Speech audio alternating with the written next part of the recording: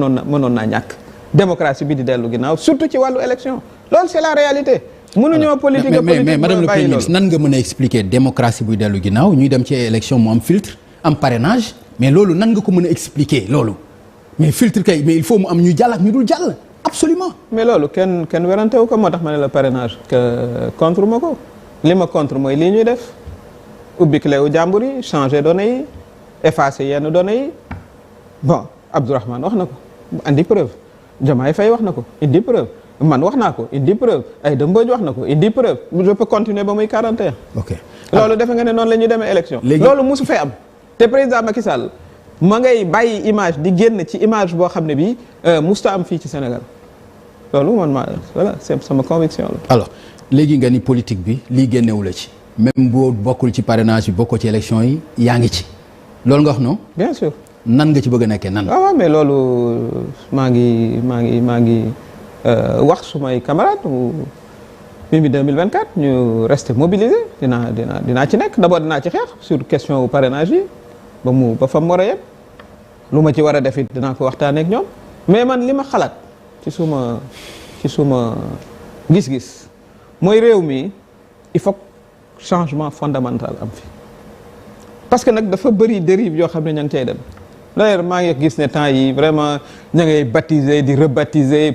jabaru président ñu tuddee nijaay président ñu tuddee non mais yooyu xewi na yooyu amatul fenn xewi na dañuy jëli ci suñu ancêtres yu valeureux yi ñu jox leen voilà ñoom Maba Diakhou et cetera wala grande figurine yi ñoom Caroline Faye ak ñu mel noonu ñooñu la ñuy jox bàyyi lii dafa xeebu daal ci suma gis-gis man ci suma gis-gis voilà dinañ dem ba prospérité ba dans la postérité ñëw ñu tuddee la fekk sa jamono commencé façon image yooyu yu bëri dañ ko war a changer man dama jàpp ne ki nga xam ne moo war a jiite réew mi koo xam ne kii bonne gouvernance kenn du ci am benn sikki sàkk ci taxawaayam kooku day bokk ci critères yi nga xam ne lii li ñu tardeel ñun mooy mauvaise gouvernance mooy voilà naan la 1000 milliards kenn xamul fu mu jaar ba léegi procureur wax nañ ba sonn ma nga jël mu teg ca suuf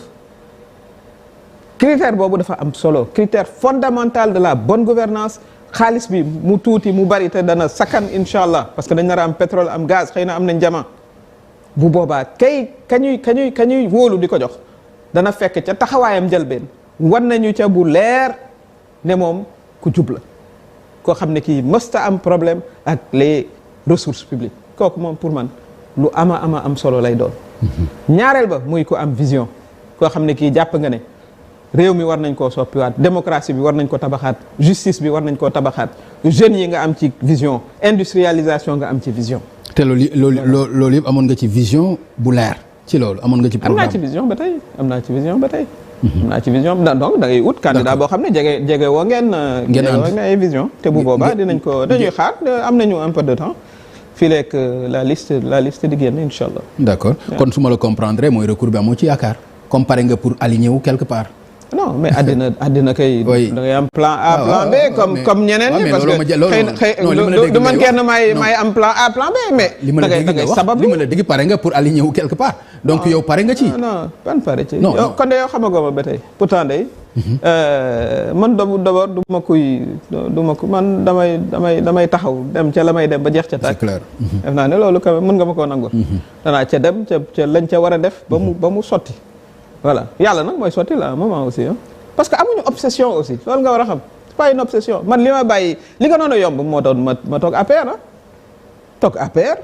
président Macky Sall toog naa sama kër mu may offrir poste HCCT ma ne ko jéggal naa la. jëli fa Aminata Mbengue teg la fa. voilà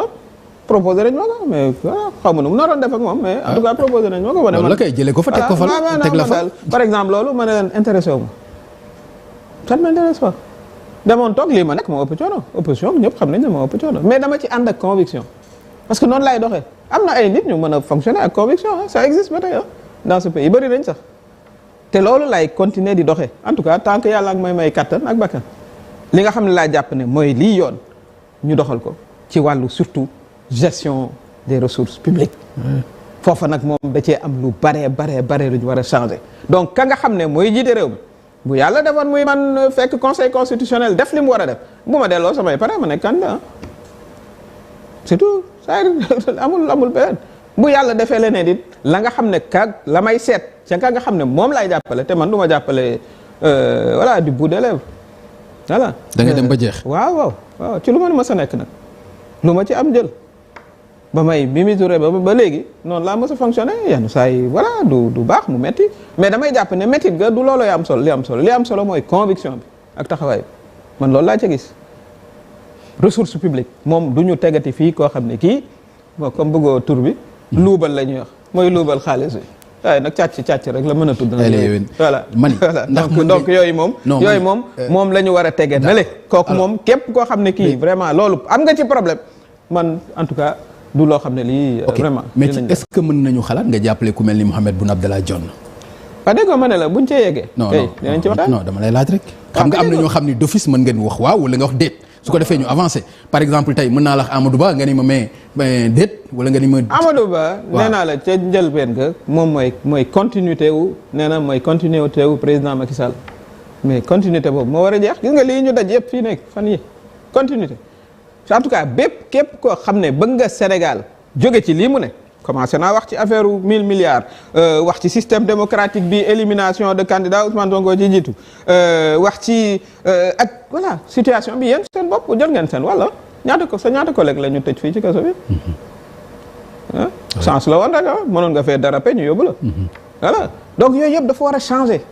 waaw boo amee candidat bu noonu continuité nooy kooku moom la ñu war a njëkk a def mooy buñ duggee ci urne ne ana bopp fas bi ana bu ñu jël dal di voilà def ne soog a choix yi commencé man noonu laa ko gisee pour l'instant nag xam naa ne ci beneen waxtaan danaa ci jox yeneen i firnde. en tout cas bopp fas bi de moom bi yoon moom d'accord ak bopp fas bi. non dégg naa bopp fas bi sax dañ koy. non bi yoon moom dama dégg ne dañ ko bëgg a dindi ci bulletin bi loolu laa dégg parce que gis naa ay affiche gisuma ci bopp fas bi xam naa loolu problème waa APR lay doon ndax boo ñëwee ñu jiital la seen fas boobu nga naan da nga koy dindi mooy la ma wax rek mooy détaché wu ci héritage beeg yu ni mel.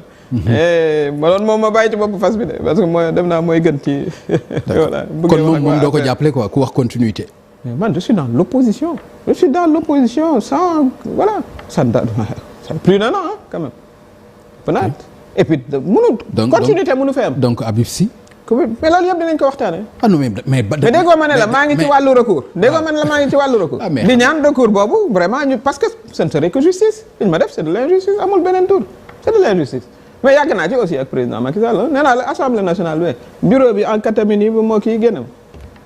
mais man injustice daf may gën a motiver plus qu'autre chose daf may motiver pour que mais vraiment suma cas yoroon nga justice en tout cas yoroon nga justice ñu bari di casse injustice waaw mais yoroon nga justice xam nga justice moom loolu toujours dina ci am waaw waaye la ca am solo mooy ña ma doon liggéeyal ñuy magistrat yi seedal nañ ma quand même mais daaw ma dugg ci seeni mbir loolu mun nga ma koo nangul seedal nañ ma ko voilà mais di nga administrer la justice mais musuma cee jël sama téléphone bàyyil kii intervention sama cousin bi kii seetal noo koy tëjee Moustapha procureur général CREI wax na ko parce que man noonu laay liggéeyee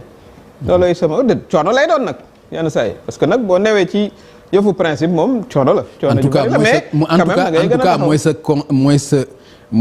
en tout cas mooy li indi jafe-jafe sa diggante ak waa parti démocratique Sénégal ba bëgguñu laa dégg. bëgguñu dégg Aminata Touré bëgguñu ko gis. mais ci l'affaire Karim Wade. waaw mais man awma sentiment boobu ci ñoom man meluma noonu awma benn sentiment ci ñoom te lu mel noonu xam naa ci ñu bëri am naa ci sax ay xarit loolu politique la rek xam nañ ne ab ministre dañ koy digal muy def président Macky Sall d'accord na ci li may def félicité ma ci ba noppi ma amoon ci fierté nag. parce que dama jàpp ne xaalisu réew mi du pour nga jël yóbbu sa kër non pour ñu bàyyi ko askan wi di ci faj ñu ciy faj soxla askan wi la. donc loolu yaa ngi koy gëm ba léegi. tey laa ko gën a gëm. donc yaa ngi gëm ni warul mën a nekk candidat te fayul xaalis boobu. yaa ngi gëm loolu man dama jàpp ne dafa war a fay kay loolu laa jàpp moom nga laajee kay amul escale dafa war a fay kay.